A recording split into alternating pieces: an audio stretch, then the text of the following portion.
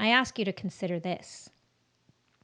What have you been carrying in your life from your past that belongs in the past? What have you been carrying as a definition of you? Hello and welcome to the Business of Happiness podcast. I'm your host, Dr. Tarryn MacCarthy, and today is going to be a phenomenal day because today is the day you stop allowing your past to define your future. Your past does not define your future. Let that sink in. Let that land. Who you were, what you did, where you went, what you didn't do, what you said, the mistakes you made, what happened to you. None of it, my friend, defines your worth, your capability, your limitations, your possibilities. None of it defines what you are or what you can be. And yet we hold on to those things, don't we, though?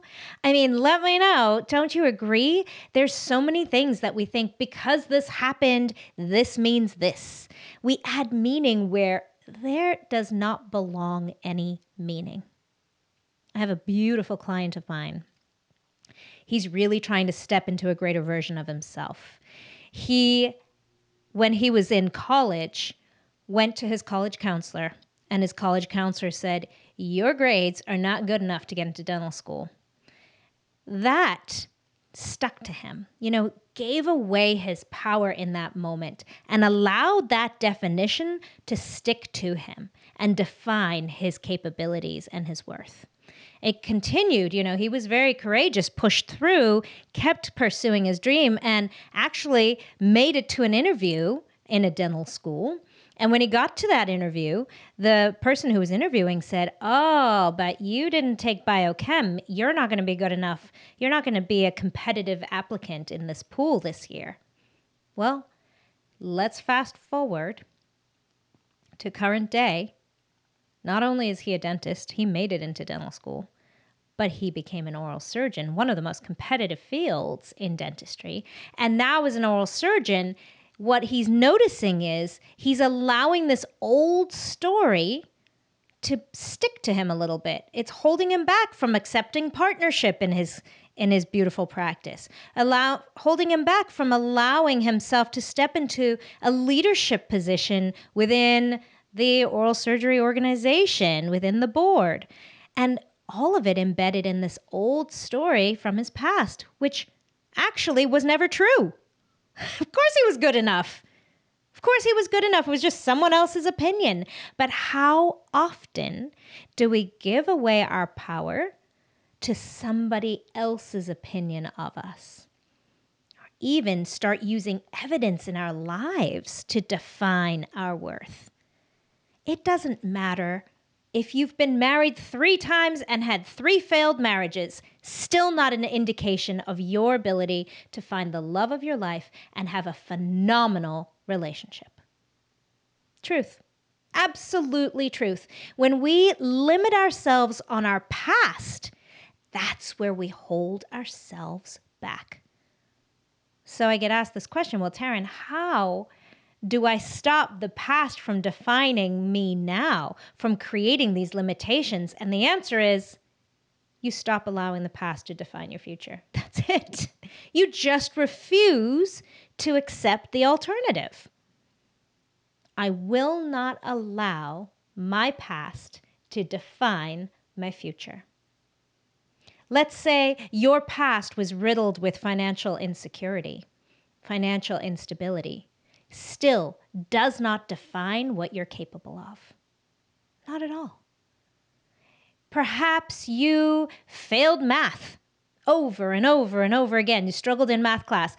Does not define your ability to become an incredibly proficient mathematician. I'm serious about this. Sometimes we think that there's so much evidence that supports our insecurities that we feel like it's real. But if I told you that a friend of mine failed all her math classes and went to dental school and saw math in a whole different way and then soared. Loved math, loves math to this day. Actually, she refuses to give her QuickBooks up because she's so in love with running her books. She loves the math. And yet she failed math when she was in high school. If you're listening to this podcast, chances are you didn't get into business to be miserable. The problem is that people feel that if their business gets busier, if they start becoming more successful, that happiness will eventually set in. But it can actually get worse.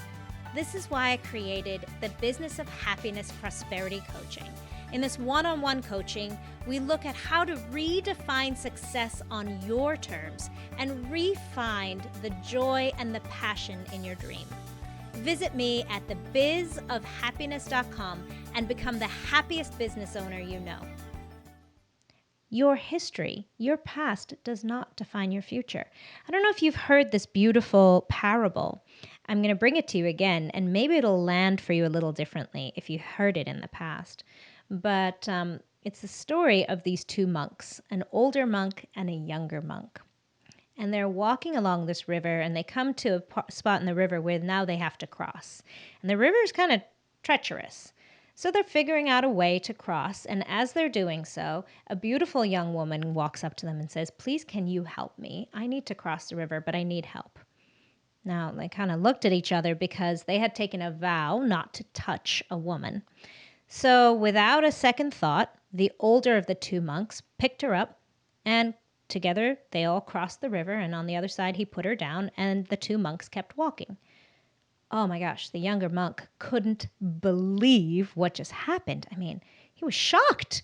They had taken a vow. They took their vows very seriously. This is a part of their mission in life. This is a part of what they're on earth to do. And they had made a vow never to touch a woman. And yet this older monk had just done so without even thinking and seemed not to care about it. Here they were an hour, 2 hours into the hike beyond the river, and he never even mentioned it. And this younger monk was beside himself. He couldn't believe it.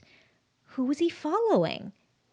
What had happened here? What had transpired? What had he missed? How was this even okay? And after the third hour, he couldn't stand it anymore, and he stopped the older monk and he said, "I just don't understand. We took a vow never to touch a woman, and yet you just picked her up and put her on your shoulders and carried her across that river? Why?" And the older monk looked at him. He said, "I put her down on the other side of the river. You've been carrying her for 3 hours. Isn't that interesting? I ask you to consider this. What have you been carrying in your life from your past that belongs in the past? What have you been carrying as a definition of you? As permission of what you can and cannot accomplish or reach for or dream of in your life?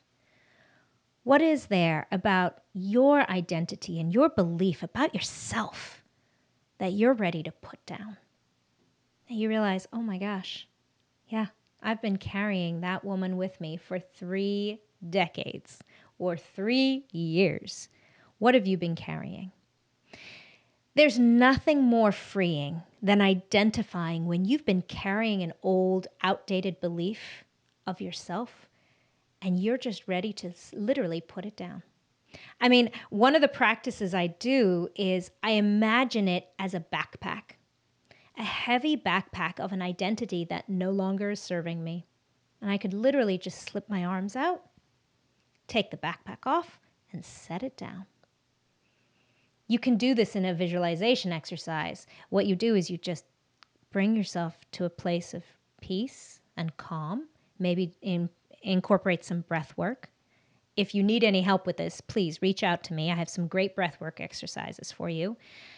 What you do is you get yourself to a really peaceful state. And then you literally imagine this old identity as a backpack on your back. And then very ceremoniously, just slip your arms through it and take it off and put it down. No longer serving you. No longer needed, because now you get to define a new identity, a new belief system about yourself. Stop allowing your past to define your future. You are worthy of so much more than that. Remember, when you feel good about yourself, when you feel empowered, when you're living high up on that emotional vibrational scale, that's when you can step into your higher self and actually be good for others, do good for others, actually make a bigger impact in this world. And sometimes that means literally letting go of an old identity of yourself, of an old attachment to something that happened in your past, and putting it down on the other side of that riverbed and moving on. Who do you know in your life who needs to hear this message? I wonder. Perhaps you have a friend who needs to hear this. Share this episode with them. And then, spark a conversation. It always helps when we do so in community, when we can let each other know. And there's almost a sense of accountability there. When you can find someone you trust and say, listen, I want you to listen to this episode, and then I want to share something with you.